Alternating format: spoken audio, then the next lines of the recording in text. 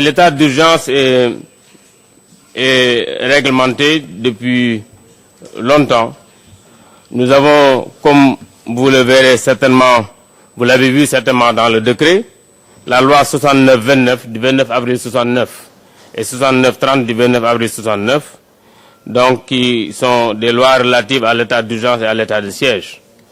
Donc, en l'article 21 de cette loi, les infractions aux dispositions de la présente loi sont punies d'un emprisonnement de 2 mois à 2 ans et d'une amende de 20 000 à 500 000 francs ou de l'une des deux peines.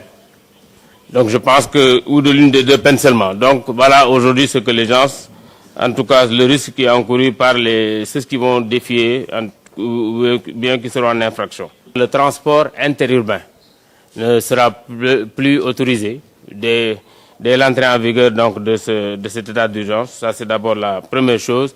Et la deuxième chose, comme on le sait, la circulation sera interdite dans toutes les circonscriptions de 20 h jusqu'à 6 h du matin. Nous aurons les gendarmes, nous aurons les policiers, nous aurons également les militaires, donc, qui sont en train de s'organiser pour pouvoir occuper en tout cas tout le territoire et nous aider à faire respecter les mesures de restriction. Je voudrais quand même préciser que nous avons interdit les rassemblements et c'était une démarche didactique.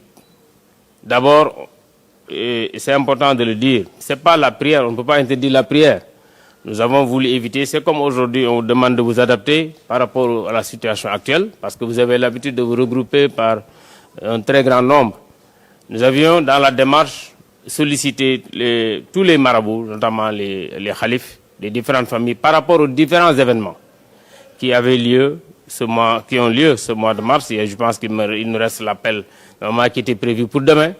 Et nous avons sollicité qu'ils acceptent pour cette période d'éviter les regroupements. Et ceci est également valable dans les lieux de culte, mais nous n'avons pas dit interdiction de prière.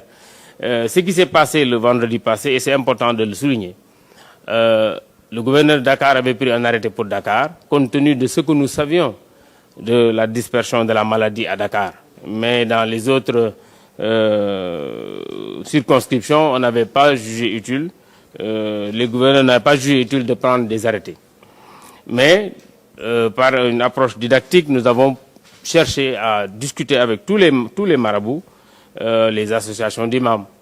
Et je dois dire que vendredi, quand même, nous avons eu vraiment une bonne satisfaction quand on regarde à l'échelle nationale le nombre de mosquées qui ont évité les rassemblements. Je ne dirais pas qu'ils n'ont pas prié. Sur 4500 mosquées au niveau national, nous avons eu pratiquement 500 et quelques mosquées où les prières ont été effectuées et des fois il n'y avait même pas beaucoup de monde. Donc ça veut dire que nous avions un taux de 89% le vendredi passé et nous allons avoir cette même démarche. D'ici vendredi, je pense que nous aurons peut-être 100% parce que les marabouts également comprennent que pour les protéger eux-mêmes et pour protéger leurs talibés, ils ont besoin d'éviter au maximum ces rassemblements dans ces différents lieux.